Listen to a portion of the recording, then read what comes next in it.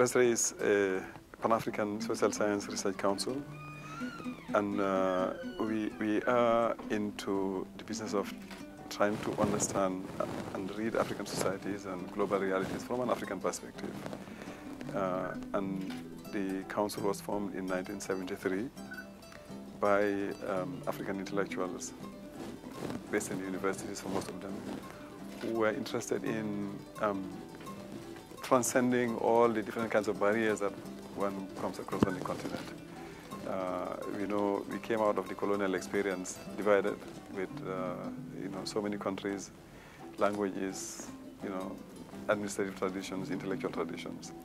And so the idea of forming a council where African intellectuals, African scholars will come together to think about African issues and global issues from an African perspective, beyond what one can do within the confines of an individual country, was taken to be a very important thing to do. And so CODESRIA was formed to promote social science research and knowledge production in Africa by African intellectuals. And we've been doing that through a series of research initiatives, programs. A lot of networks have been established across the continent in the last 40 years or so. A lot of issues have been explored. Economic issues, governance issues, trade issues, and culture, and so on, gender issues as well, through networks that are either at the country level, and we call them national working groups, or sub-regional networks, or comparative research networks, multinational working groups, and all this leading to the publication of major, texts, journals, and books with interesting insights into the dynamics, social dynamics within the African continent, but also globally seen from an African perspective. And that was seen as a way of contributing to the effort of changing Africa, making it more independent, developing our economies, and making our societies much better, overcoming all the hurdles that we inherited from the colonial experience, but also the current challenges that we're facing. And I think CODESRIA today is recognized as the leading social science research council on the continent. And outside of the continent also, I think we are doing quite well compared to what others are doing elsewhere. And we rank quite highly in the world of knowledge production in the reports on think tanks around the world that exist. Yeah. So I think that's what one could say about CODESRIA. It is an initiative, a council that came out of the initiative of African scholars wanting to contribute to understand the world better, to understand our own societies better from our perspective as Africans, and not just do things because there is money for it from a particular donor somewhere, or because it's fashionable.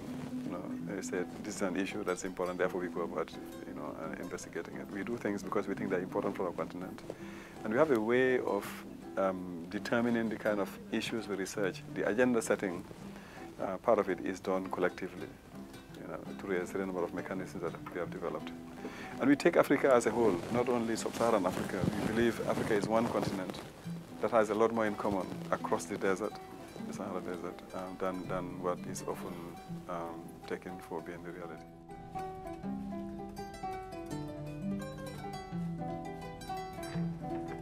Whether or not they do well, that is a little bit beyond what CODESRIA can have a control over.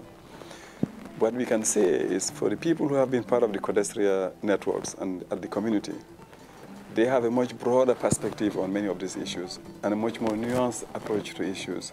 And they're very often much more open to the plurality of ideas, to the strategic nature of some of the things that have been done, and very often committed Pan-Africanists whose commitment to Africa is primary compared to many other things. That much we can say. Now, whether they are doing well or not, I think it's for the citizens of every part of this continent to assess, to see whether they like what they're doing or they don't like what they're doing. But the more important thing is, it is not only dependent on the fact that they've been part of CODESRIA that will make them succeed or fail in what they're doing as government officials, I mean. There are a lot of other parameters that come into the scene, into the equation. The kind of pressures they're exposed to, the kind of issues they are dealing with, how they're getting support or not getting support from different parts of the government or the societies. But the important thing is, I think it is good that people in decision-making positions on our continent be quite knowledgeable about the issues that they're dealing with, have a sensitivity to African issues that is beyond the average, and have a commitment to our continent that is beyond the average. And that being part of CODESRIA helps in getting evaluation. Is governance issues in Africa really improving, or are they stagnating? Or what evaluation can I think there's improvement. There's clearly improvement in a number of respects, and that's documented. Indexes of governance, you take the Ebrima Index of African governance, you take a number of other indexes that show that there is some improvement going on. But the picture is still to be nuanced in the sense that there are problems. There are serious governance problems still. Part of the explanation for the growth that is being observed and been talked about a lot, Africa rising, as a lot of people are now saying and newspapers are saying, it could be explained by improvements in governance. That's one. The second thing is, it is now understood that, I mean, you look at the configuration of the African Union or the African Union summits, a lot of the people in government now claim some kind of electoral legitimacy, that they go through elections. It is the most normal of things now to do. And the question is, to what extent they are free or fair?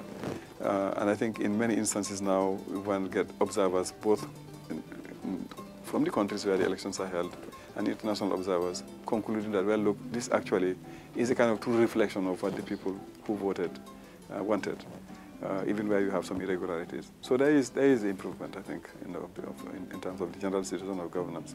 But as I said, there are a lot of problems. State fragility is still a reality in many countries.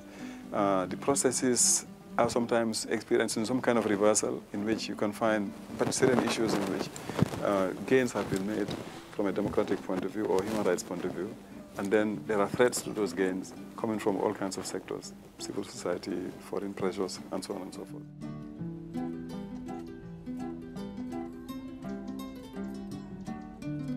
Resources are, I think, the main obstacles, and that's what the universities are struggling with, that's what the research centers are struggling with.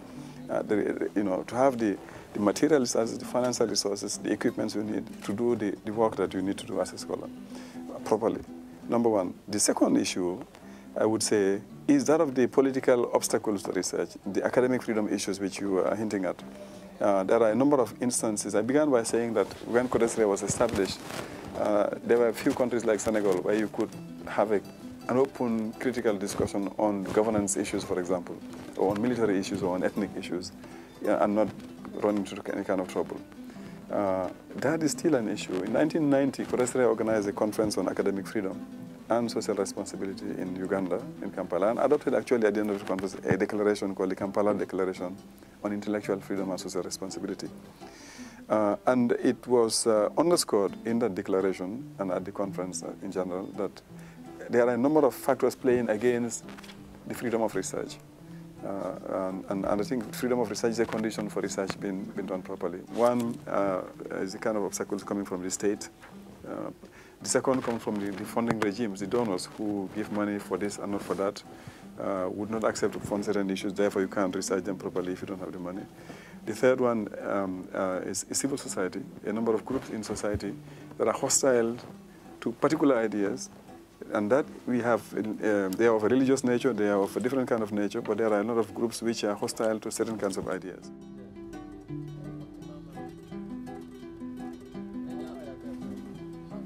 The situation has changed enormously. And I'll take just one example.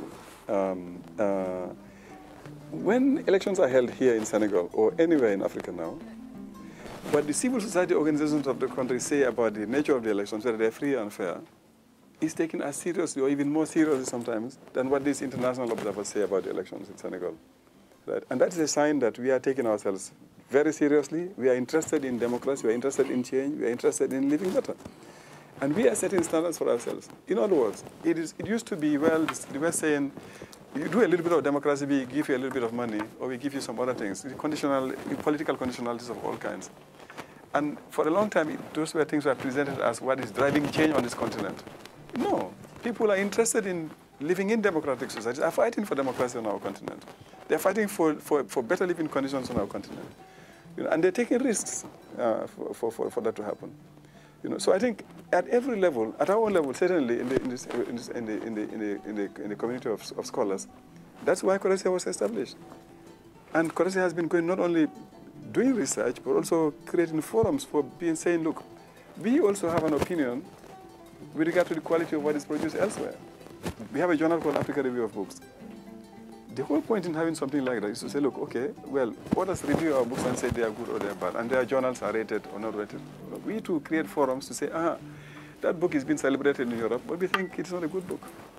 For this reason and that reason, methodologically, the data, the quality of the data, the pertinence of the theories that are formulated. So we are not living into others only to set the standards for us. And I think that's what the African Union is doing. They have adopted all kinds of charters and governance of civil society, of values and shared values and all these things, some of which is inspired by global documents and practices elsewhere. But there's an effort and there's a strong determination, I believe, on this continent now, from what is happening within countries to the level of the African Union, to say, hey, this is about us, and we are capable of determining what for us is good and acceptable and what we wouldn't accept anymore.